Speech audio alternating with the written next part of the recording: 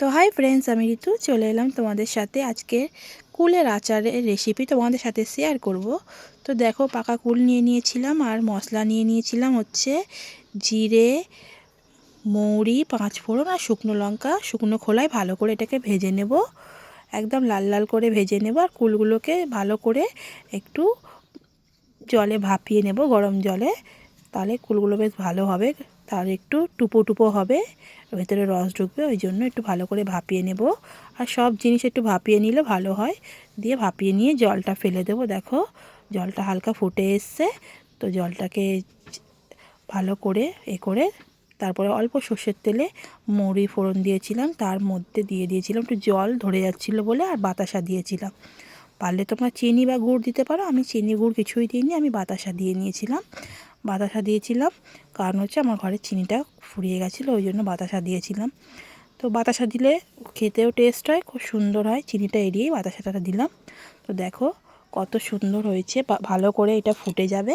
তারপরে যে কুলটাকে আমি জল ঝারিয়ে রেখেছিলাম, সেই কুলটাকে আমি দিয়ে দেব।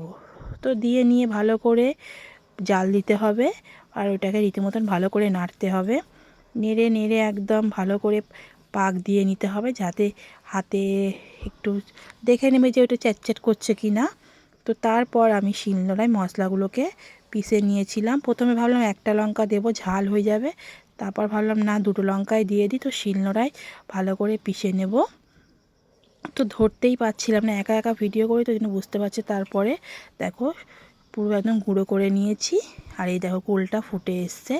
তারপরে এই মশলাগুলো, সব মশলাটাই দিয়ে দেব। তো কেমন হয়েছে কালারটা তোমরা জানাবে। তো দেখো মশলাগুলো দিয়ে নিলাম, আর এটাকে ভালো করে নাড়তে থাকবো। একদম নেড়ে নেড়ে একদম শুকিয়ে যাবে, হালকা একটু রস রস রাখবো, তাহলে খেতে ভালো লাগবে। তো দেখো একদম শুকিয়ে শুকিয়ে গেছে।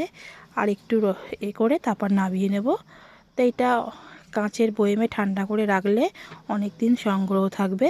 পারলে তোমরা একটু ওপরে লেবুর রস চিপে দেবে, তাহলে কুলের চাটনিটা অনেক দিন থাকবে। সরি, চাটনি না, এটাকে আচারই বলতে পারো।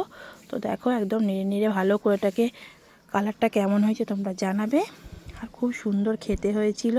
একটুকুনি আমি তুলে নিয়েছিলাম বাটির মধ্যে, টেস্ট করছিলাম যে কেমন হয়েছে। তো খুব সুন্দর হয়েছিল। দিদা দেখছো, দিদা বলছেন আমাকে একটু দে, আমি খাবো। আর দ্বারা আমি আগে টেস্ট করি। তো বেশ ভালোই লাগছিল। এটা ভাতের পর খেতে অসাধারণ লাগবে।